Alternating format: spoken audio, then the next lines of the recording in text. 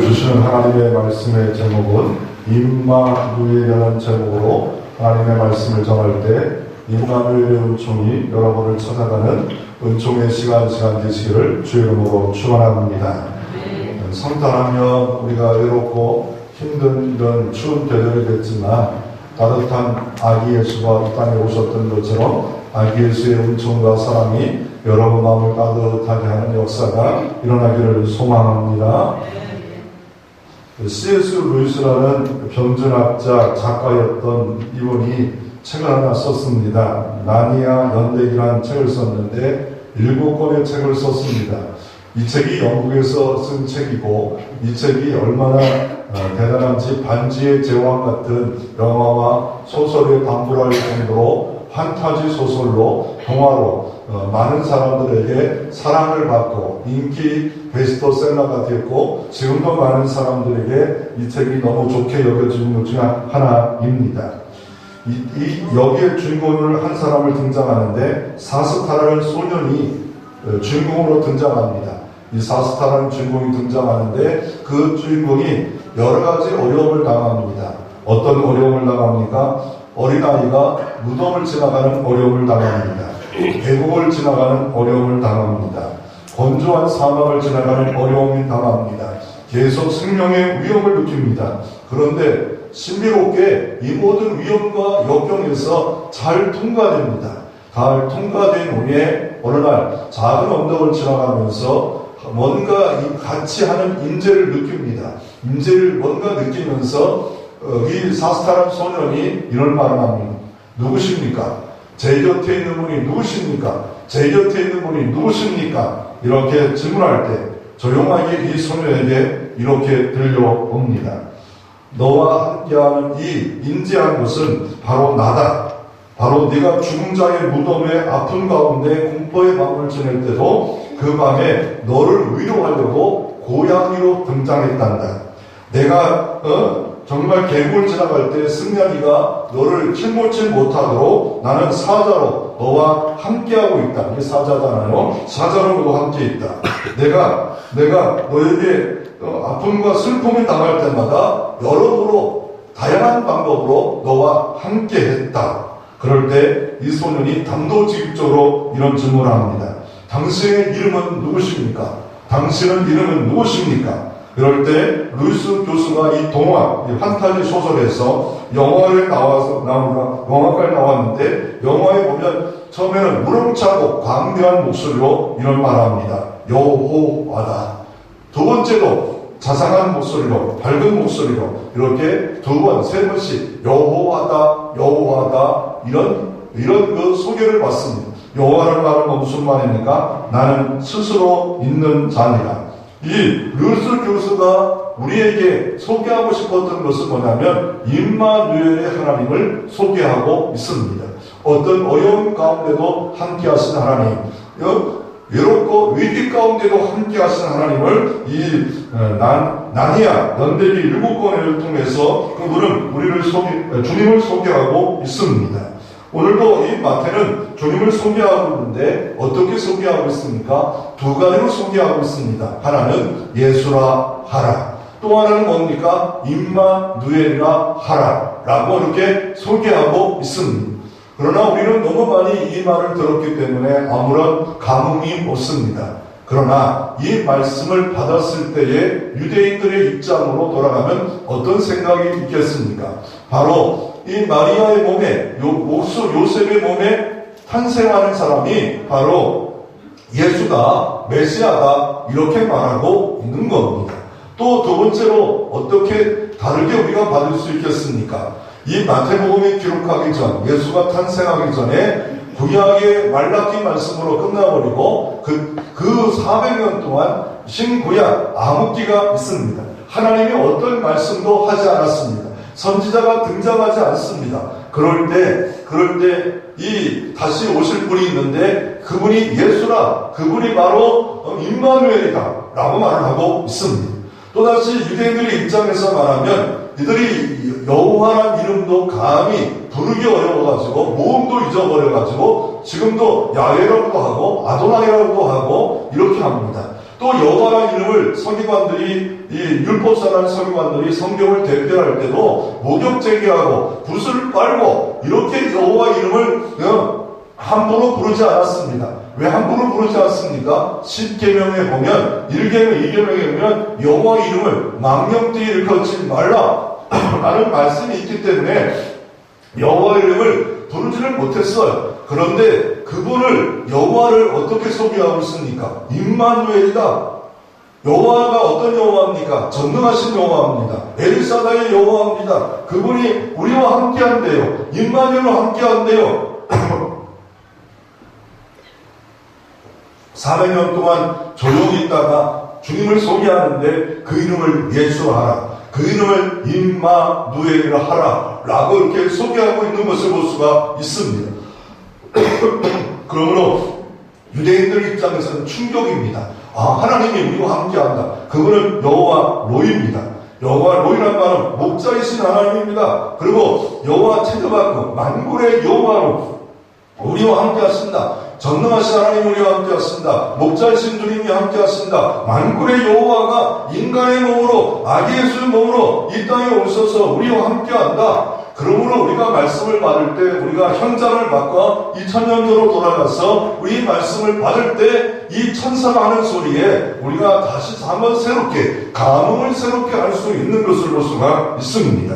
그러므로 우리가 바로 알아야 됩니다. 바로 알지 못하면 우리는 실수가, 이 말씀이 그냥 단순한 말씀이었구나. 아닙니다. 예수 그리스도의 족보에 대한 이야기를 하더라. 그 이름을 예수하라. 그 이름을 임마누엘 하라. 그 주님을 소개하고 있지 않습니까? 우리가 인간은 다 그냥 너무 많이 들었기에 실수하고 오해하고 이 말씀 아무것도 아닌 것처럼 여겨질 때가 있어. 성탄하면 다 이 얘기하고 있잖아. 그러나 이 말씀을 받았던 사람들은 다릅니다. 저도 목사들도 실수할 때가 많은데 언제 실수하냐면요. 축도할 때가 꼭 가끔 실수할 때가 있어요. 축도 처음으로 어떻게 시작해야 돼요? 지금은. 그러다가 어떤 목사님 이제는 하고 나서 이제는 잘했어. 그러더니 이제는 전능하사 천지를 창조하시고 또 하나가 보면 이게 맨날 수요일 때나 이럴 때는 뭐로 끝나요? 지금도 못 끝나요. 이제는 하늘에 계신 우리 아버지요. 이렇게 실수하면 안 됩니다. 또 어떤 분은 진짜 실수하는 게 뭐냐면요. 흥에 겨워가지고 사막에 샘이 넘쳐 흐르리라 쿵딱딱 너무 좋잖아요. 그런데 문제는 복도는 우리의 땅땅땅땅 그게 끝났대요.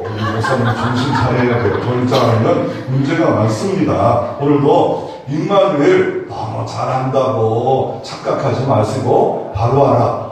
임마누엘 축복과 평강이 여러분 가운데 임하는 성탄주일 되어지기를 주의 이름으로 축원합니다. 그러면 두 가지로 우리가 한번 살펴보기를 원하는데 임마누엘의 뜻이 뭘까? 또 하나는 임마누엘의 어떤 사람들에게 임마누엘이 임해졌을까? 첫째로 임마누엘의 뜻이 뭡니까? 히브리어 임마누엘의 뜻은 하나님이 우리와 함께 계신다. 번역한 즉 아예 번역이 나와요. 번역이 예수의 이름은 뭔가요? 예수의 이름은 뭐예요? 예수 이름의 뜻은 뭐예요? 자기 백성을 저의 죄에서 건지실 자. 그게 예수예요. 예수. 그리고 임마누엘 뜻이 뭐라고요? 임마누엘 하나님이 우리와 함께 하신다. 전능하신 하나님이 함께 한다는 거예요. 만군의 여호와가 함께 한다는 거예요. 무에서 유를 만드시는 분이 함께 한다라고 말하고 있는 겁니다. 그분은 여호와 로이로 우리와 함께 한다라고 말씀하고 계십니다. 그래서 엘은 하나님, 누는 우리, 임마는 바로 함께, 갓, 어스, 유, 우리와 함께 하신다. 그럼 크리스마스가 뭐예요? 크리스마스라는 뜻이 뭡니까? 크리스마스 하잖아요. 크리스마스라는 뜻이 뭡니까? 크리스마스. 바로, 이 크리스라는 것은 뭡니까? 바로 그리스도. 플러스 맞습니다. 크리스마스는 그리스도가 뭐예요? 메시아, 구원자. 바로 예수 그리스도라는데 예수는 이름이고 그리스도는 직임이에요. 제사장, 선지자, 왕권을 갖고 있는 그리스도, 기름 부은 자입니다. 직분을 줬다는 거예요. 메시아라는 것. 마스는 뭡니까? 마스, 경배입니다. 주님께 경배하는 겁니다. 여기는 인간 스타가 없어요. 노래를 아무리 잘하고 악기를 잘 불어도 그분이 경배받는 게 아니라 이 성탄 주일 나왔을 때 주님께 온전히 경배 드릴 때 주님이 우리와 함께한다. 그리스도 말씀하고 말하고 있는 겁니다. 그리고 이 주님이, 이 임마누엘 주님이 신약시대도 동일하게 우리에게 말씀했습니다. 마태복음 28장 19절 20절에도 가서 모든 족속으로 제자를 삼으라, 세례를 줘라, 가르쳐 모든 것을 분부하며 지키게 하라, 세상 끝날까지 너희와 정녕 항상 함께 있으리라. 주님은 제자들에게도 함께 할 것이고 우리 가운데도 함께 할 수 있습니다. 이사야 8장 8절에 또 한 번 임마누엘이 등장합니다. 또 한 번 등장하는데 이사야 7장 14절에 이 임마누엘이 가장 원조가 되어지고 그 이름을 임마누엘 하리라, 그 이름을 임마누엘 하라고 이사야 8장 8절에도 임마누엘이요 그가 펴는 날개가 가득하리라. 임마누엘인데 그 날개가 가득하대요. 그 임마누엘 날개가 가득하대요. 예, 그분은 온 땅에 충만한 전능하신 하나님입니다. 창조주 하나님입니다. 그 임마누엘이요 그가 펴는 날개가 가득하다. 이 장소도 주님의 능력에 펴는 날개가 가득할 수 있습니다. 온 세상에 어느 곳이나 아까도 서론에 말씀드린 것처럼 나날이 연대기에 어렵고 힘들 때도 그곳에도 함께 하시는 임마누엘의 펴는 날개가 가득하다 라고 말씀하고 있습니다. 그 임마누엘 주님을 오늘 구약에는 어떻게 소개하고 있습니까? 구약에는 임마누엘 주님을 어떻게 소개하고 있습니까? 구약에는요 셰키나로 소개하고 있어요. 이게 임재입니다.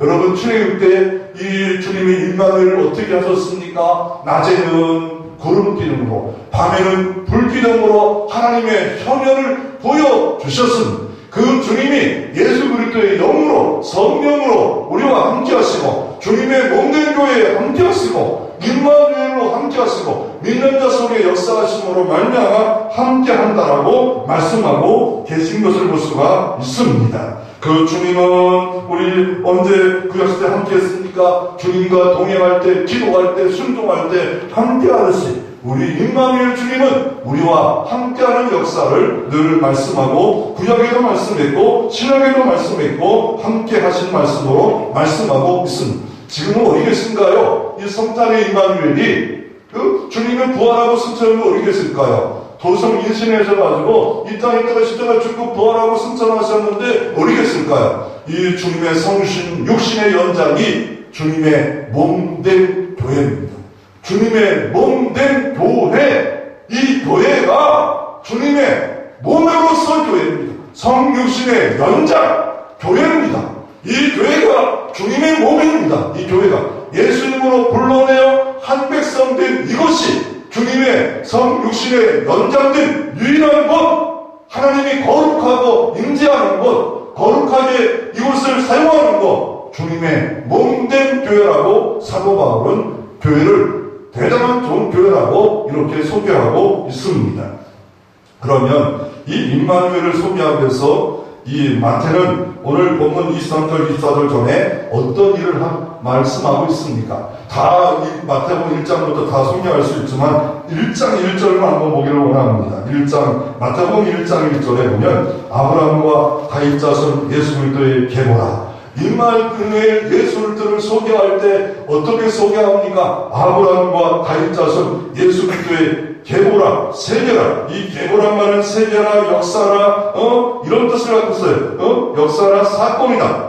누구의 역사라는 겁니까? 아브라함과 다윗 자손 예수 그리스도의 역사가 바로 예수 그리스도의 족보입니다. 여러분의 족보가 있지 않습니까? 신씨 족보가 있고, 박씨 족보가 있고, 칠씨 족보가 있고, 정씨 족보가 있고, 다 족보가 있잖아요. 왜요? 이 사람은 분명히 우리 혈통이라는 것을 보여주기 위해서 족보가 기록되어 있죠. 조선 왕조 실록에 보면 조선 왕조의 모든 역사가 기록하듯이 이 역사는 누구의 역사는? 예수 그리스도의 계보예요. 예수 그리스도의 역사예요. 그것을 기록하고 성경의 족보가 가인의 족보부터 막 수만 창세기부터 역대상 보면 1장부터 8장의 족보가 많이 등장해요. 그 족보를 기록한 이유가 뭐예요? 바로 예수 그리스도가 역사니라, 족보니라, 계보니라 누구를 통해서 이것을 보여주고 있습니까? 이것을 통해서 왜 역사를 보여주고 있습니까? 하나님은 언약의 역사다, 구속의 역사다. 구속의 역사를 이루기 위해서 아브라함을 사용하셨고 다윗을 사용하신 거예요. 아브라함이 대단한 게 아니에요. 다윗이 대단한 게 아니에요. 누가 인간이 대단한 게 아니에요. 아브라함을 통하여 하나님이 역사를 이루셨고 구속 역사를 이루셨어요. 어떻게 역사를 이루었습니까? 창세기 12장 2절에 아브라함에게 언약했습니다. 이렇게 언약합니다.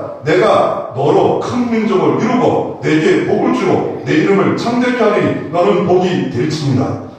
큰 민족을 아브라함이 이룰 줄 알았어요. 큰 민족을 창대케 될 줄 알았어요. 이런 복들을 누구를 통해서 이루어집니까? 갈라디아서 신약에 그 누구를 통해서 이루어진 것을 정확하게 명확하게 사도 바울은 해석하고 있습니다. 이 약속들은 아브라함과 그 자손들에게 계속 말씀하신 것인데 여럿을 가리켜 그 자손들이라 하지 아니하시고 오직 한 사람 가리켜 내 자손을 하셨으니 곧 그리스도다.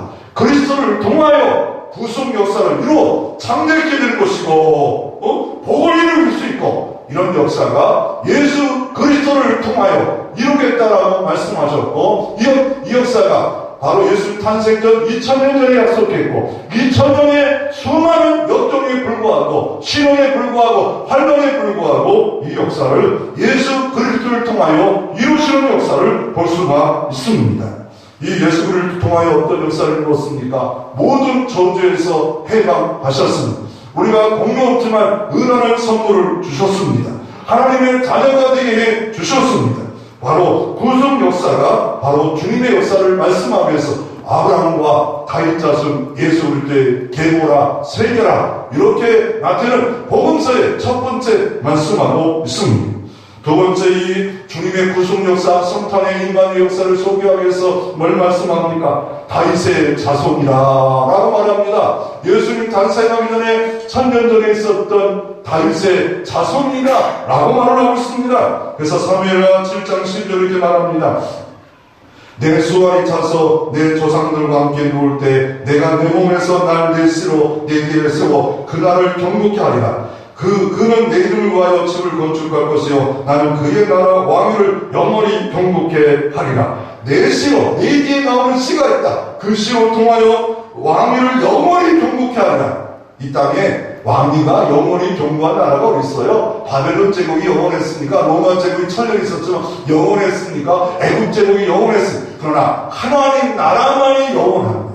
믿으시기를 바랍니다. 하나님 나라만 영원한 것이 이 땅의 나라는 이 땅에 아무리 대단하도 세상에 버립니다. 그리고 역대상 17장 10절에 또 이렇게 다윗에게 약속합니다. 내 생명이 영원히 차서 내가 조상들에게 돌아가면 내가 내 뒤에 내 식구 내 아들 중 하나를 세우고 그날을 경고케 하리라. 역대상 17장 10절 이렇게 말합니다. 그가 나를 위하여 집을 건축할 것이요 나는 그의 왕위를 영원히 경고케 하리라. 다윗의 왕위가 영원히 경고했을까요? 이거는 예언적 과거로 예수 그리스도를 통하여 왕왕의 왕으로 영원히 경고하리라. 그래서 역대하 21장 7절에 이렇게 말합니다.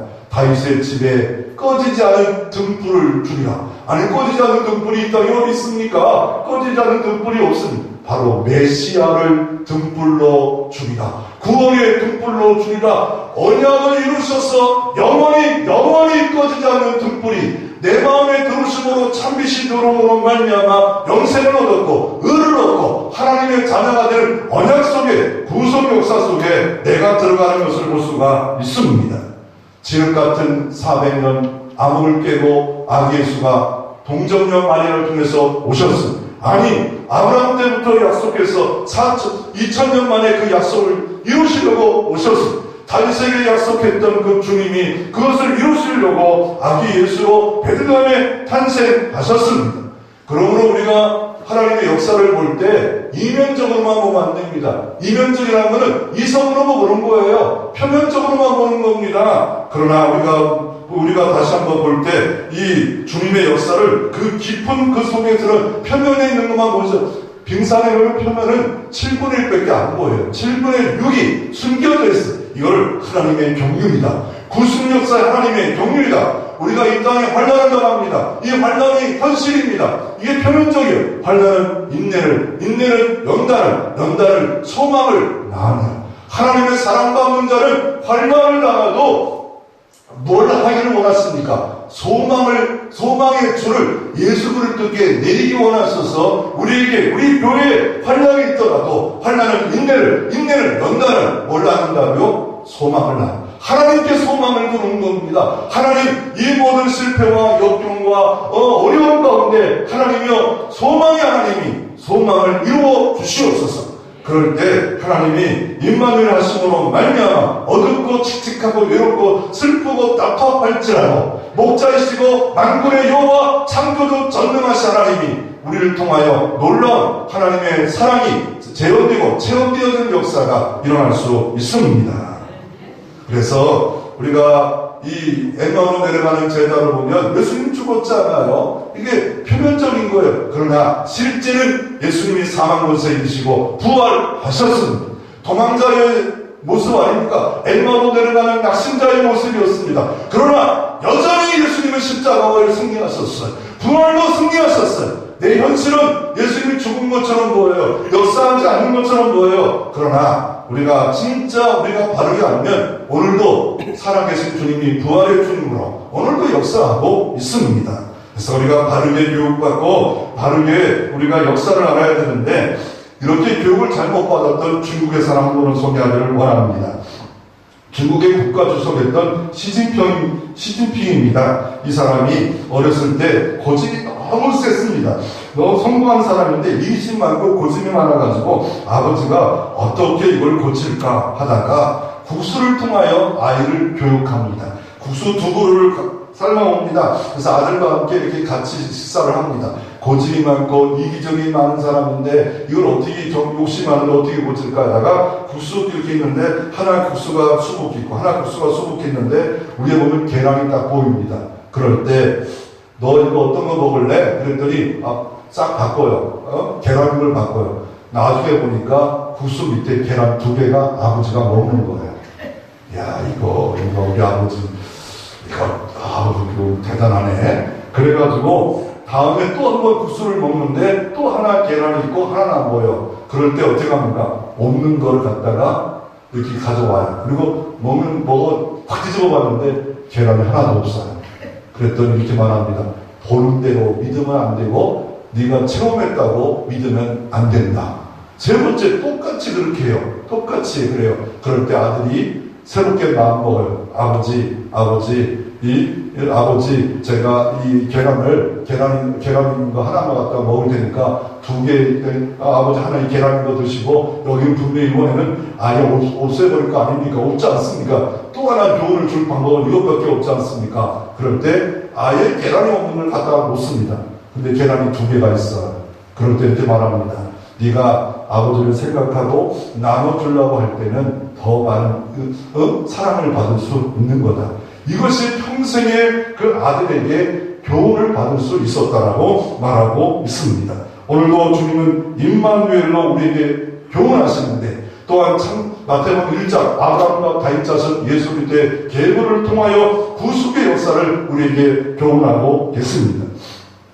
이 나니아 연대기에 보면 C.S. 루스라는 교수가 이것에 이 글을 쓰는 책상이 어디서 그 책상을 쌓냐면요. 창세기 49장에 보면 유다 지파를 통하여 메시아가 탄생하리라 이 말씀을 보고서 나니아 연대교회 일권을 씁니다. 그래서 반지의 제왕만큼 엄청난 많은 사람에게 글을 익혀줬는데 왜 썼냐면 창세기가 50장이에요. 창세기 내용이 뭡니까? 천지창조의 내용이 있고 또 하나 아브라함, 이삭, 야곱, 요셉으로 이게 다 창세기 내용의 전체입니다. 수비입니다. 그런데 이 요셉에 대한 말씀이 창세기 37장부터 50장에 등장하는데 중간에 딱 한 사람이 딱 등장해요. 누구예요? 유다예요. 유다.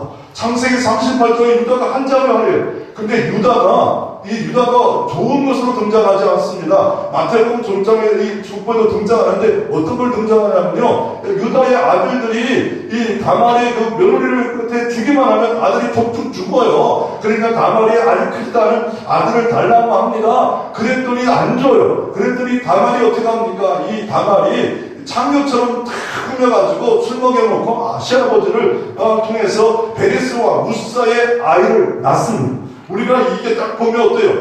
인간적으로 이거 못된 여자, 악한 여자로 보이지 않습니까? 그런데 그 속의 역사를 기록하고 예수님의 족보에 그 여인이 기록되어 있어요. 다말이 기록되어 있다니까요. 예수님의 족보에 다말이 기록되어 있다는 거니까요. 바로 죄인의 구조, 기생나함이 기록되어 있어요. 죄인의 구조, 그분으로 이 땅에 오셨다는 거예요. 예수 그리스도가 죄인의 구주로 이 땅에 오셨다는 것을 유다를 통해서 오고, 유다를 통하여 왕의 홀이 있습니다. 왕의 홀이 있으며 그 예언대로 바로 다윗의 유다적 소교고 그 예언을 이루시기 위해서 주님이 이 땅에 오셨습니다. 그 내용에 보면 에드먼트라는 소년이 반역죄를 짓게 됩니다. 그럴 때 다른 사람이 반역죄를 대신해서 돌탁자에 죽게 됩니다. 그러면서 내용이 착 정리되는데 예수 그리스도가 당연히 죽어야 될 죄인을 와요. 예수 그리스도가 온다. 사단과 귀신은 겨울이 오는 것까지는 방해를 안 해요. 봄이 오는 걸 방해하는데 예수 그리스도가 십자가에 죽으시고 부활의 봄이 이 땅에 오는데 그 나니아 연대기에 보면 이 봄이 모르게 막아요. 그러나 예수님은 사망 권세를 이기시고 십자가에서 승리하셨고 부활로 확정하심으로 말미암아 봄이 왔어요. 은혜의 봄이 왔어요. 임마누엘의 봄이 왔습니다. 로이 메시아라는 신학자가 인간에게 가장 필요한 것이 무엇일까라는 글을 썼어요. 인간에게 가장 필요한 것이 만약에 지식이었다면 예수 그리스도가 교육과로 왔을 것이다. 예수 그리스도가 만약에 이 땅 인간에 필요한 것이 건강이라면 예수님이 의사로 왔을 것이다. 돈이라면 예수님은 사업가로 왔을 것이다. 만약에 쾌락이라면, 즐거움이라면, 인간에 가장 필요한 것이 쾌락이라면 바로 탤런트로 왔을 것이다. 그러면서 하나님이 인간에 가장 필요한 건 죄 용서이다. 죄에서 구속받기 원하셔서 영광의 본체에서 하나님이 버리시고 인간의 몸으로 이 땅에 오셨다. 그분이 바로 메시아다. 그분이 바로 구속주다. 라고 이렇게 말씀하고 계십니다.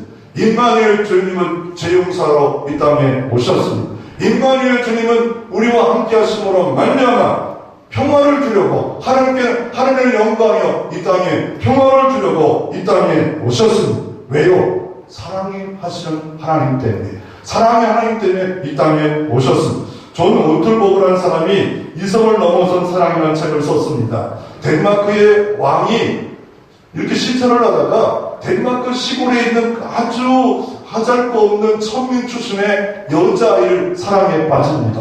그 분명히 많은 그 궁녀도 있고 왕비도 있습니다. 그런데 그 여인을 너무 사랑에 빠져요. 그래가지고 자기 밑에 친한 사람을 묻습니다. 이 일을 어떻게 해결했으면 좋겠어? 라고 물을 때 뭘 걱정합니까? 명하십시오. 명하면 아니 그 천민 출신의 여자아이 소녀 얼마든지 당신의 그 첩으로 데려올 수 있지 않겠습니까? 그럴 때 왕이 이런 말을 합니다.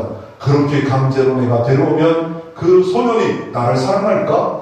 두 번째로 그러면 신분을 높이시고 많은 선물을 주세요. 그러면 신분이 높아지면 되지 않겠습니까? 그렇게 인위적으로 하면 그 여인이 나를 사랑해 줄 수가 있을까? 그래가지고 실제 있었던 일인데 덴마크 왕이 왕자리에서 내려옵니다. 이게 말이 됩니까? 이해가 되지 않지 않습니까? 이게 만왕의 왕이 나 같은 죄를 구속하려고 영광의 보좌를 버리시고 하나님의 자리를 버리시고 이 땅에 아기 예수로 베들레헴의 말구에 탄생하신 것을 이해가 되십니까? 이는 하나님의 사랑입니다. 바보 하나님의 어마어마한 사랑이 아기 예수로 이 땅에 오신 겁니다. 여러분 가운데 오셨고 영통 이 골짜기에 오신 것이 바로 주님의 사랑입니다. 그래서 미가서 보면 5장 1절에 이렇게 말합니다. 미가서 5장 1절에 주님은 이렇게 말합니다. 예수님의 탄생에 대해서 어떻게 말합니까? 예수님의 탄생에 대해서 주님은 이렇게 말합니다. 미가서 5장 2절에 보면 주님은 이렇게 말합니다. 주님은 앞으로 너무 많이 가네요. 예수 탄생에 대해서 어떻게 말합니까? 미가서 5장 2절. 미가서 5장 2절. 한번 찾아주세요. 뒤에서 미가서 5장 같이 제가 읽겠습니다. 베들레헴아 에브라다야 너는 유다 족속 중에 작을지라도 이스라엘을 다스릴 자가 내게로 나올 것이라. 그의 근본은 상구는 영원히 있으리라. 베들레헴 에브라임 작은 동네입니다. 근데 그 땅에 어떤 것이 옵니까? 근본은 상구에 영원히 있는 이스라엘 다스릴 자가 이 땅에 오셨습니다. 그래서 누가복음 2장 10절 이렇게 말합니다. 지극히 높은 곳에는 하나님께 영광이요 땅에는 하나님의 기뻐하는 사람 중에 평화로다. 이게 실제 주님이 이 땅에 오신 목적인 것을 볼 수가 있습니다. 그러면 두 번째로 임마누엘에 주님께서 이 땅에 오셨는데 임마누엘 주님이 이 땅에 오셨는데 왜 오셨을까? 내가 이 둘이 이상한가? 저 앞에 잘 안 보이네요. 네, 목자. 자, 함께 한번 누가복음 2장 17절 보시는 분들은 같이 한번 읽어보겠습니다. 천사가 이르되 무서워 말라. 보라 내가 온 백성에 미칠 큰 기쁨의 좋은 소식을 너희에게 전하노라. 아멘. 임마누엘을 누구에게 임했는가? 목자에게 임했습니다. 천사가 하나님이 누구를 찾아갈까? 그럴 때 찾아갈 사람이 없었던 것 같아요. 바로 목자를 찾아갑니다. 그 당시에 목자는 가장 하찮을 거 없는 직업입니다. 들판에서 밤을 지냅니다. 냄새가 납니다. 여러분 이 시대도 누구를 찾아가기를 원합니까? 돈 많고 힘 있고 권력 있는 사람 찾아가기를 원하지 않습니까? 그런데 천사가 가장 먼저 찾아간 사람들은 목자들이었습니다. 가장 낮은 자였습니다. 그 낮은 자에게 주님은 뭘 소개하기를 원했습니까? 바로 임마누엘 주님을 소개하는데 어떻게 임마누엘을 주님으로 함께하셨습니까? 이렇게 소개합니다. 천사가 이르되 무서워하지 말라. 내가 온 백성에 미칠 큰 기쁨의 좋은 소식을 너희에게 전합니다. 바로 임마누엘은 큰 기쁨의 좋은 소식을 라고 소개하고 있습니다. 누가복음 2장 11절에도 주님을 소개하는데 이렇게 말합니다. 오늘 다윗의 동네에 너희를 위하여 구주시고 그 그리스도 주십니다. 바로 아기 예수가 주시고 구주라 라고 말씀하고 있습니다. 너희가 가서 강보에 쌓여 구유에 누워 있는 현실은 구유에 누워 있습니다. 아기를 보느니 이것이 너희에게 표적이라 하더라. 호련히 수많은 천군이 얼마나 많았을까요? 호련히 수많은 천군이 이 자리를 얼마나 했을까요? 그 천사가 호련히 수많은 천군이 그 천사들과 함께 하나님을 찬송하여 이르되 지극히 높은 곳에는 하나님께 영광이요 땅에서 하나님을 기뻐하는 사람 중에 평화로다 하니라. 목자들이 만난 임마누엘 하나님이 함께하기를 바랍니다. 진정한 평화가 낮고 낮은 목자들에게 먼저 소식을 전했던 것처럼 하나님의 평강이면 나는 세워지고 강건해지고 세워질 줄로 믿습니다. 두 번째로 임마누엘은 애굽까지 임마누엘 은총으로 허락해 주신 것을 볼 수가 있습니다. 미가서 2장 14절 이렇게 말합니다. 길을 여는 자가 그들 앞에 올라가고 그들이 길을 열어 성문에 이르러서는 그리로 나갈 것이며 그들이 왕이 앞서가며 여호와께서 손도로 가신다. 출애굽이 바로 모세를 통해서 이루어졌고 바로 애굽을 통하여 다시 한번 구속 역사를 이루시는데 여호와께서 선두로 가실 모세가 먼저 간 게 아니라 여호와께서 선두로 가실 구원 역사를 선두로 가시는데 왜 이 말씀이 애굽에서 이루어졌을까요? 호세아 11장 1절 이렇게 말합니다. 이스라엘이 어렸을 때 내가 사랑하여 내 아들을 애굽에서 불러내었거늘. 아니 애굽에서 왜 불러냈습니까? 애굽을 뭘 상징합니까? 그 말씀을 마태복음 2장 15절 말씀 한번 보기를 원합니다. 성경 마태복음 2장 15절 성경책 갖고 계신 분들을 함께 한번 읽어보기를 원합니다. 읽어보겠습니다. 헤롯이 죽기까지 거기 있었으니 이는 주께서 선자를 통하여 말씀하신 바 애굽으로부터 내 아들을 불렀다함을 이루려 하시니라. 아멘.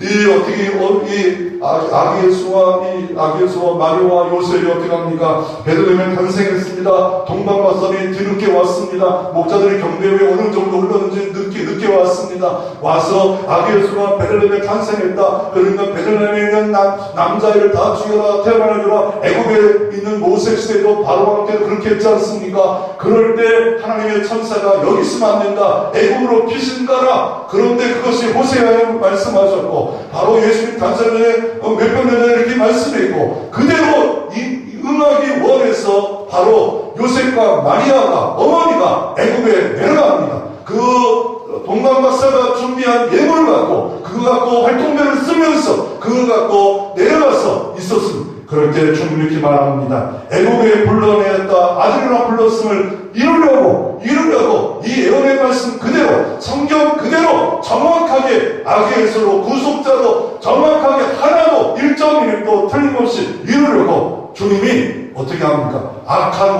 왕을 사용합니다. 악한 일들을 버려서 하나님의 일들을 사용하는 것을 볼 수가 있습니다. 선한 도구로도 사용하지만 악한 도구, 아구스도 황제가 호정령을 통하여 베들레헴에 오게 하시고, 또 어떻게 합니까? 자기를 죽이려는 헤롯 왕을, 유대 왕을 통하여 애굽에 내려갈 수밖에 없게 만들어 호세아 말씀을 이루고, 애굽에도 임마누엘 주님이 내려가셨습니다. 애굽을 뭘 상징합니까? 죄를 상징합니다. 죄악을 상징합니다. 출애굽, 애굽에서 유월절 어린 양을 통하여 애굽에서 나왔잖아요. 아브라함은 갈대우르에서 출애굽했잖아요. 나도 애굽에서 예수 그리스도가 불러내야 됩니다. 죄에서 불러내야 됩니다. 예수 그리스도를 주로 모시는 순간에 내 안에도 출애굽할 수 있습니다. 내 안에 죄악의 방에 주님을 모심으로 말미암아 아기 예수가 성탄의 예수로 내 안에도 임마누엘로 여러분과 함께하는 귀한 시간 되어지기를 주의 이름으로 축원합니다. 그래서 호세아 말씀에 2장 5절에 이렇게 복음을 말합니다. 악을 볼 자기에 소망의 물을 내리라. 악을 볼 자기가 언제 등장합니까? 여호수 시대에 등장합니다. 아간이라는 사람이 전립선을 절대 여기서 취하지 말라. 그랬더니 전립선을 취합니다. 제비보가 아간의 족속이 나와 돌로 쳐 죽임을 당해요. 유다 지파였음에도 불구하고 하나님이 징계하지 않아요. 그때 이 악의 골짜기가 만들어집니다. 죽음의 골짜기입니다. 그런데 또 하나 하나님의 사랑의 이야기가 있어요. 여기에 소망의 문을 열어주십니다. 여러분 지금 답답합니까? 힘듭니까? 어렵습니까? 내 눈으로만 보지 마세요. 내 시각으로만 보지 마세요. 은혜의 시각, 말씀의 시각, 그곳에 성탄의 임마누엘이 평강으로 함께할 줄로 믿습니다. 악을 물자기였습니다. 해골의 물자기였습니다. 그 악을 물자기가 어디였습니까? 예수 그리스도가 죽으심의 물자기가 악골이라 하라, 골고다라 하라, 해골이라 하라, 악골이라 하라, 해골이라 하라. 예수 그리스도의 십자가가 그곳에 세워졌어. 죽음의 물자기, 심판의 물자기가 그곳에 예수 십자가가 세워졌습니다. 주님은 죄 있는 자를 구원하러 오셨습니다. 죄 때문에 도대체 해결할 수 없는 무능력자를, 전적 타락한 자를 구하여 아기 예수로 이 땅에 오셨고, 사랑하는 인간을 다 버릴 수 없고 멸망할 수 없기에 자기가 직접 아기 예수로 이 땅에 성탄하셨습니다. 어디에? 악을 물자기에. 어디에? 그곳에 소망의 문을 여셨습니다. 십자가로 통하여 열어주셨습니다. 그것을 믿음으로 받기만 하면 그곳에 임마누엘 주님이 역사할 수 있습니다. 애굽에도 역사할 수 있습니다. 애굽에서 문지방과 물산주에 어린 양을 잡아 피를 발하라. 애굽 사람이건 이방인이건 유대인이건 상관없어. 누구든지 어린 양의 피를 바르면 출애굽하리라. 애굽에서 나오리라. 애굽에서 나와 하나님의 자녀가, 의의 자녀가 되리라. 이게 복음입니다. 그것이 큰 기쁨의 소식입니다. 아기 예수가 성탄한 이유와 목적이 여기에 있습니다. 임마누엘 주님은 이사야 43절 이렇게 말합니다. 야곱아, 야곱이라는 뜻이 뭐예요? 이삭이구나. 이렇게 말하면서 너를 창조한 여호와께서 지금 말씀하십니다. 이스라엘아, 하나님이 다스리는 자야. 너를 지으신 이가 말씀한 너는 두려워하지 말라. 내가 너를 구속하였고 내가 너를 지명하여 불러나니 너는 내 것이라. 너는 내 것이라. 핏값으로 너를 내가 샀다. 그러므로 네가 물 가운데 지날 때도 내가 너와 함께 할 것이라. 임마누엘 할 것이라. 강을 건널 때도 물을 침몰치 못하며 내가 불 가운데 지날 때도 타지도 아니할 것이며 불꽃이 너를 사르지 못하니 대저 나 여호와는 내 하나님이여 이스라엘 거룩하며 내 구원자니라. 네 구원자니라. 내가 애굽을 너의 속량으로 구수와 수바를 너를 대신하여 주었노라. 그 애굽에도 함께 하시고 야곱 같은 사람이 함께 하신 주님이 우리 가운데도 함께 할 수 있습니다. 내 자격이 아닙니다. 내 공로가 아닙니다. 내 선행이 아닙니다. 먼저 하나님의 은혜입니다. 나는 도대체 거룩한 주님과 인간을 할 수 없었습니다. 그럼에도 불구하고 찾아오셨어요. 먼저 사랑하셨어요. 이 땅에 진짜 가난한 자가 누굴까요? 제가 보면 성령의 신입니다. 낳을 때 의사의 실수로 잘못돼가지고 뇌성마비를 않습니다. 그가 주님을 만납니다. 왜 나 같은 것을 만들었을까요? 공평하신 하나님을 찬양합니다. 나 가진 재물 없지만, 나 가진 지식 없지만 공평하신 하나님. 나 예수 알았는데 그가 또 성탄에 대해서 이렇게 찬양합니다. 그 성탄에 많은 시가 있는데 그 중에 가장 대표적 시가 이십니다. 마리아 예수를 담았네. 마리아 예수의 몸에 담은 것처럼 우리도 예수를 담으세. 마리아 예수를 낳았네. 마리아 예수를 치비 낳은 것처럼 우리도 예수를 낳았세. 진짜 우리가 마리아처럼 낳을 수는 없어요. 어떻게 낳을 수가 있겠습니까? 우리는 그 하나님을 낳을 수가 없어요. 그런데 마음의 문을 열면 내 안에도 성탄이 이루어질 줄로 믿습니다.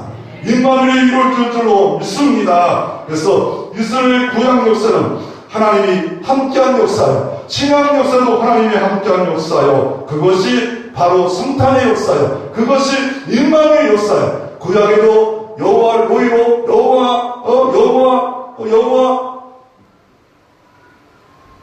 제가 까먹었네. 여호와 로이로 뒤에 하나 나와야 되는데 엘사베에 나와야 되는데 전능하신 하나님. 또 여호와 체드바크, 만군의 여호와 이런 주님으로 함께하셨지만 신앙에는 아기 예수로 실제 주님이 임마누엘로 함께하시고 부활하시고 승천하시고 그의 성령으로 그의 영으로 이곳에 함께하고 이 죽음의 골짜기 같은 곳에 함께하고 연약하고 실패있고 어렵고 답답한 곳에도 성탄의 주님이 함께해서 보호해 주시고 인도해 주시고 사랑해 주는 줄 믿으시기를 바랍니다.